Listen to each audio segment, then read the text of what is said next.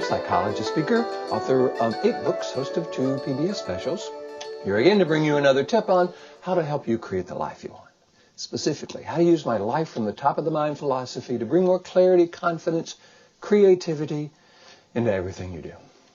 Today I want to talk about something that I kind of picked up from reading Brene Brown's new book, Dare to Lead. Excellent book, by the way, on leadership.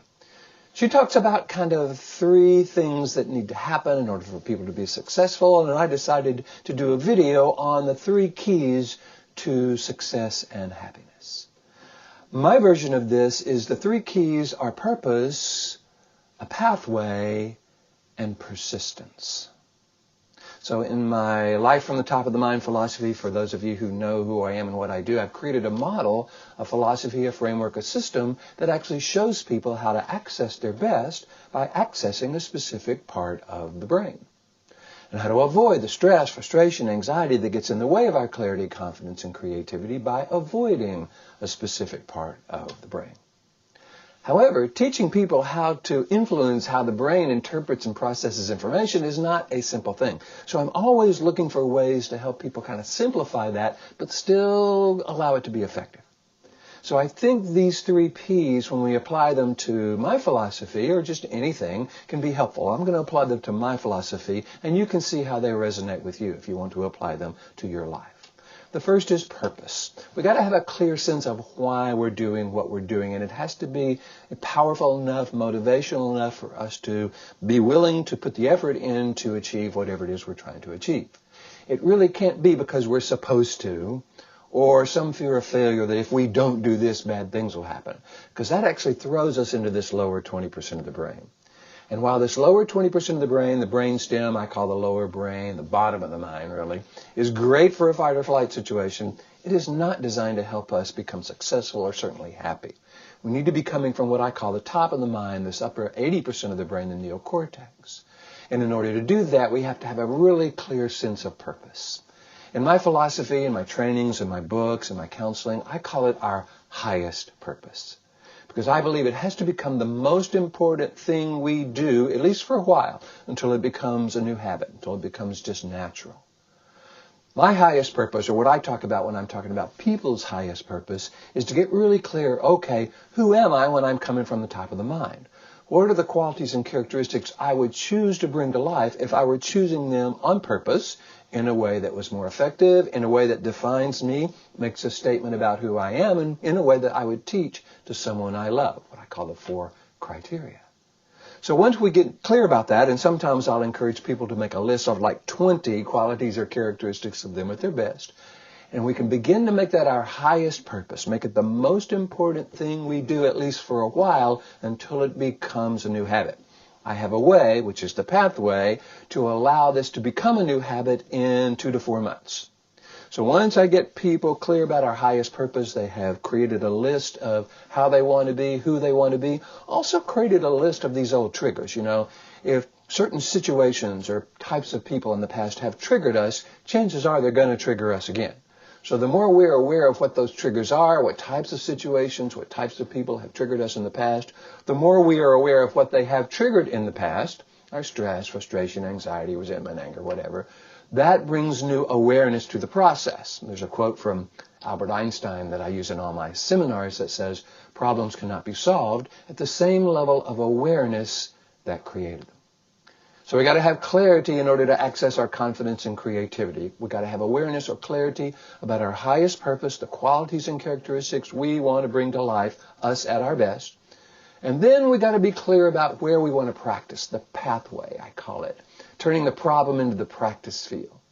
When we can get a list of these old triggers, whether they're drivers or traffic or certain types of difficult people or just in general, what has triggered us in the past? The more we can use that as the practice field going forward, that becomes the pathway. It's not like we'll never deal with a driver or a difficult person or a difficult situation. So given that we're going to be in these situations, let's make sure we're using them versus them using us. When we can see them as the pathway, the process of practicing these qualities and characteristics, then whatever we practice, we get good at. One of the things I like to do is help people do that on a daily basis.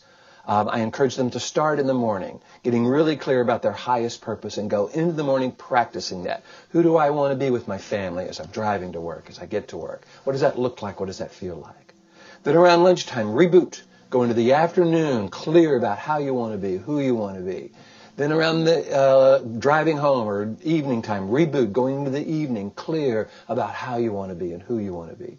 The more we can break the day up into thirds, so we're really only practicing for 3 or 4 hours at a time, that allows us to stay focused. So rebooting in the morning, rebooting around lunchtime, rebooting on the drive home, rebooting right before we go to sleep. Those are all wonderful opportunities for us to go into life using life as this practice field, and that is the pathway. Then there is persistence. We got to be willing to keep this up because, we got these old habits. We have found ourselves feeling things or thinking things in the past when we've been dealing with these triggers. Those actually are neural pathways in our brain. They're not just thoughts or patterns or beliefs. They are neural pathways, which means if we don't start creating new neural pathways, going from this middle brain up into the neocortex, the top of the mind, these old neural pathways will continue to drive our thinking and feeling and being. So this is a process of rewiring the brain. You've heard the phrase neuroplasticity. It means the brain is always rewiring itself. As we can take ownership of this rewiring process and have more influence over the kind of neural pathways we're creating, we have a clarity about our highest purpose and making it the most important thing we do. We have a clarity about how we're going to bring this to life, the pathway, the moment-to-moment, day-by-day, morning, afternoon, evening process of practicing these qualities and characteristics. And we're willing to be persistent. We're willing to do this until it becomes a new habit. Now, the good news is, anytime we access this upper 80% of the brain, we're triggering serotonin and endorphins, which are the chemicals that help us feel better and think clearer, versus adrenaline, noradrenaline, and cortisol, which are the stress hormones. So the practicing is going to feel good right away because there's endorphins and serotonin is going to help us think clearer and feel better. The key here is, however, is to keep practicing until it becomes a new habit. Now, if you will do the morning, afternoon, and evening process every day for 2 to 4 months, we will have rewired the brain because they say it only takes 21 days to change a habit. 21 days feels a little optimistic for me, so I encourage you to do it for 2 to 4 months. You're going to find yourself just doing this automatically, habitually.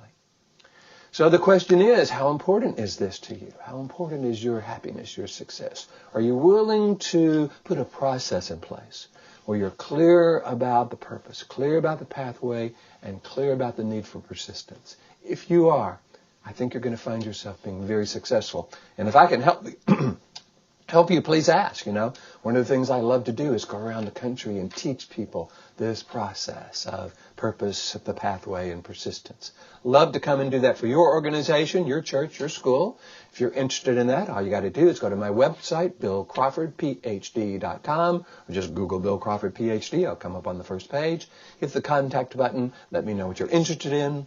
Love to talk with you about that. In the meantime, if you're liking these videos, please hit the like button. You know how LinkedIn and Pinterest and YouTube and Facebook and iTunes love it when you like it.